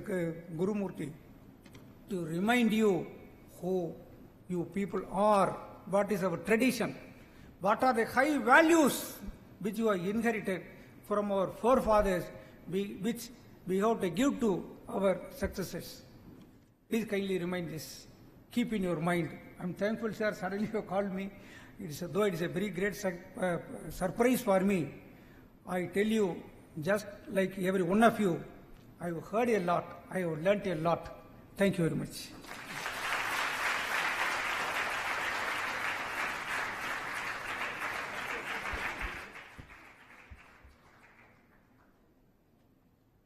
Thank you very much, sir.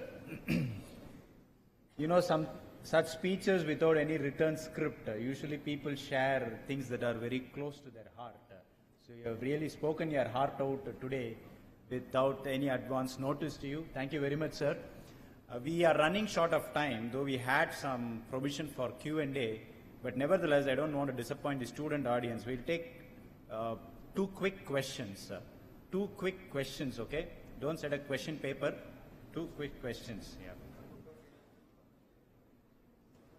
Okay, we are gender neutral also, so we will take 3 as well. Let's start. Pranam sir, my name is Satish Prem. I'm a final year student here. My question is to Gurumurthy sir. Sir, in your speech you gave certain amount of anthropological sanctity to informal institutions of dispute resolution. Sir, don't you think recognition of such institutions like the panchayats will undermine the rule of law in the country? Rule of law is modern rule of law. How much this rule of law can deliver is something over which I have developed doubts for the last 30 years.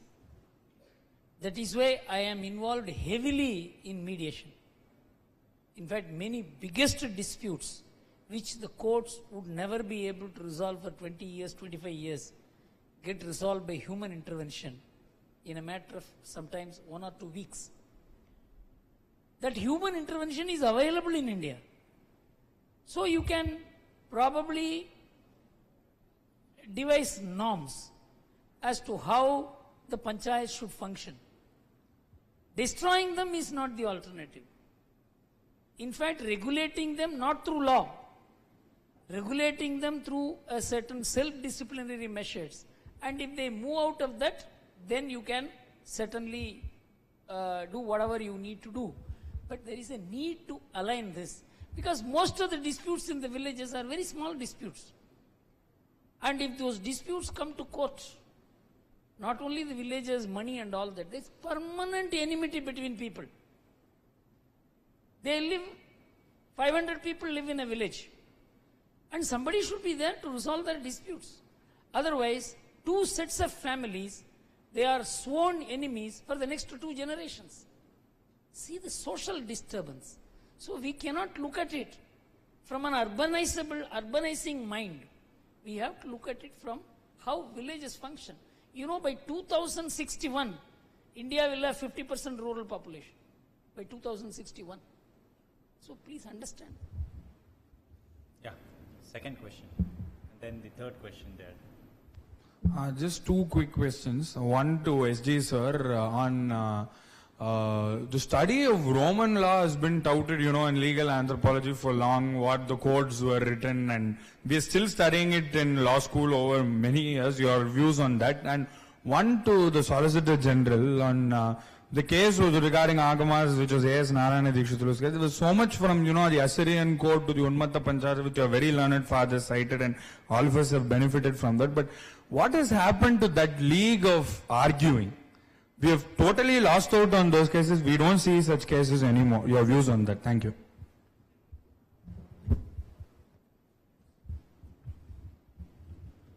The ghost of A.S. Narayana Dikshitulu, I think, has again risen now. And the matter is under review. Now I think it's before a 3-judge bench of Justice Singhvi. And possibly they are reconsidering the correctness. You will hear very shortly some good news. See, anthropology by nature is society specific. Simply because more books are published in Roman anthropology, Roman law of anthropology, it will not be applicable to India. It is not applicable to even Rome, because that Rome is not there. It is only of archival value even for Greco-Roman civilizations, because if there are any 2 civilizations which have been completely exterminated, it is these 2 civilizations. Yeah, last question. Yes, my question is to Gurumurthy sir. Good afternoon, sir.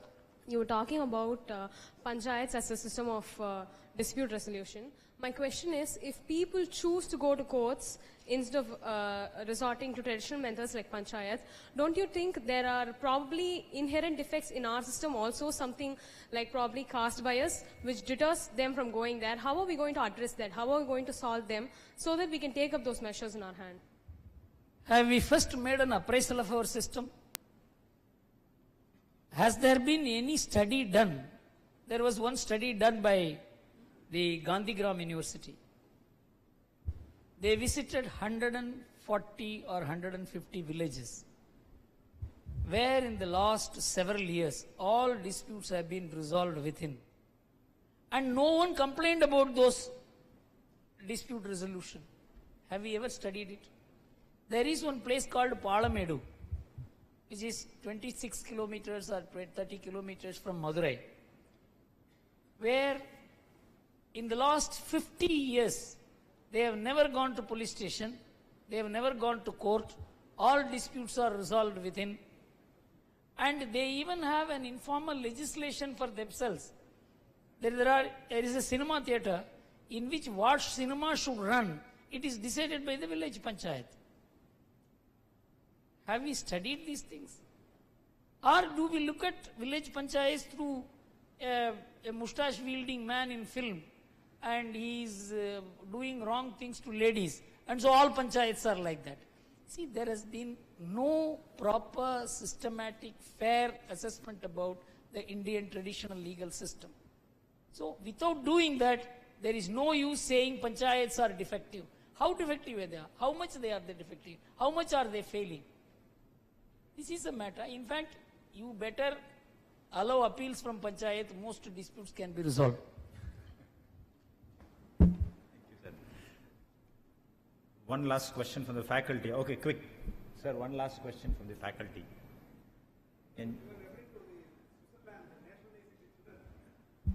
Just quoting Tirukural, irandum uyurvaadal vendendrin parandu keduga ulagu ஏற்றியான். So நம்ம ஊர்லயும் பிச்சைக்கார குழந்தைங்களை traffic சிக்னல்ல பார்க்கும்போது ரொம்ப கஷ்டமா இருக்கு. So what is your comment on that? See, it is only the beggars' children which requires government assistance. There, every child is by law legislated to live only under government care. That's the difference. Those who cannot afford, the state has to take care of them. But there, the state has to take care of everybody because nobody takes care of anybody else. This is the difference.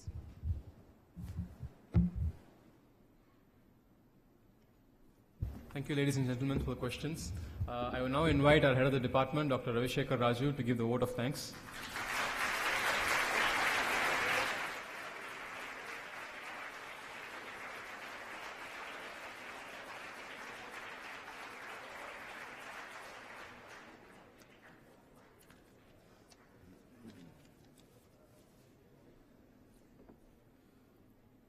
Honorable Justice Nagamuthu, Judge High Court of Madras, Honorable Chief Guest Shri Mohan Parasaran, our special guest and Research Chair Mentor Shri Gurumurthy, Honorable Vice Chancellor, respected Registrar, respected Dean Planning and Developments, Deans from other schools, faculty members and my dear students. It is my privilege to propose the vote of thanks today. It is a red letter day in the young life of School of Law. The School of Law started in the year 2008 with just a small strength of 8 students, and now we are having 412 students in the department.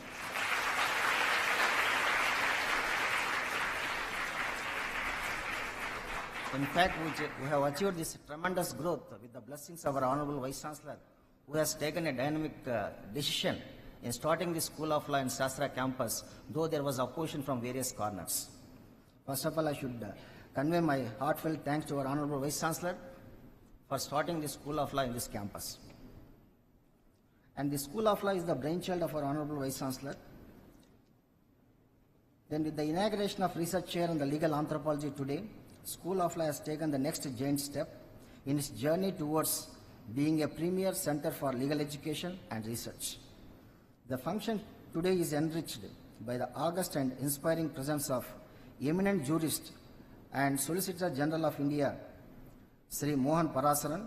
It has added prestige and value to this inauguration, and underlines the significance of this center to legal research. It is an honor to have you here on this occasion, sir. On behalf of SASTRA University, I express my heartfelt gratitude to you, sir. Thank you. Further, we thank you for your thought-provoking lecture on being a successful jurist. In fact, our student got inspired by your lecture. Shri S.Gurumurthy, our special guest today, has been a pillar of strength in all our endeavors. I would like to recall the landmark lecture he has made during the inauguration of Tarkasastra, the Sastra's annual moot court competition, which has attracted more than 40 schools from throughout the India, and wherein the participants right from Delhi to Kerala, we have invited 40 law schools for participating in the Tarkasastra National Moot Court competition.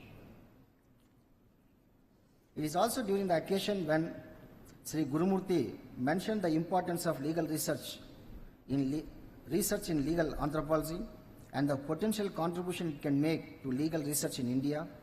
It is only fitting that he will be the research chair mentor. I place on record our immense gratitude for the encouragement and guidance and look forward to your enlightened contribution in furthering the agenda for this center. Thank you once again, sir. Further, we thank you for your inspiring lecture on need to study legal anthropology. Our special vote of thanks are due to Mr.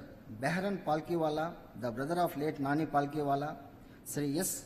Saran Patanjali, grandson of late Patanjali Shastri, Sri G. Rajgopal, brother of late G. Ramaswamy, for allowing us to name the scholarship schemes in the memory of the individuals concerned.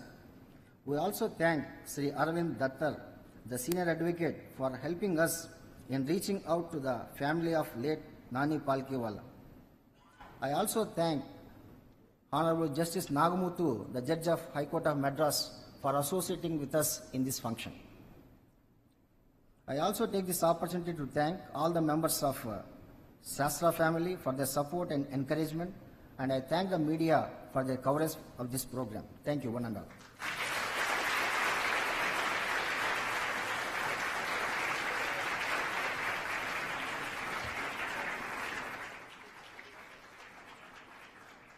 Ladies and gentlemen, kindly rise for the national anthem.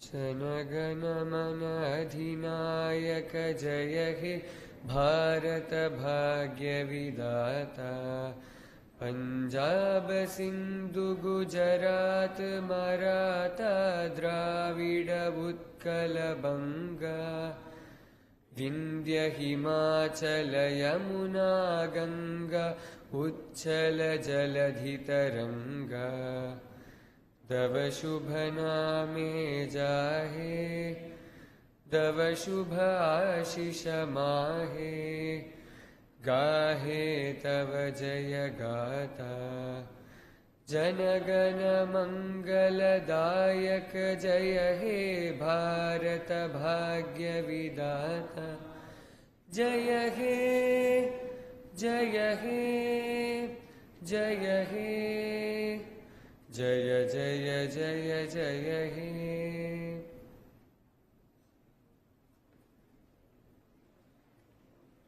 Kindly remain seated while the guests of honor leave from the audience, from the amphitheater. Thank you.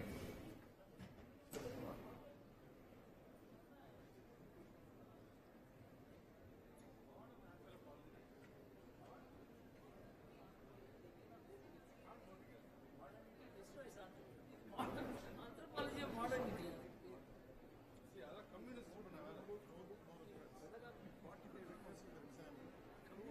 Social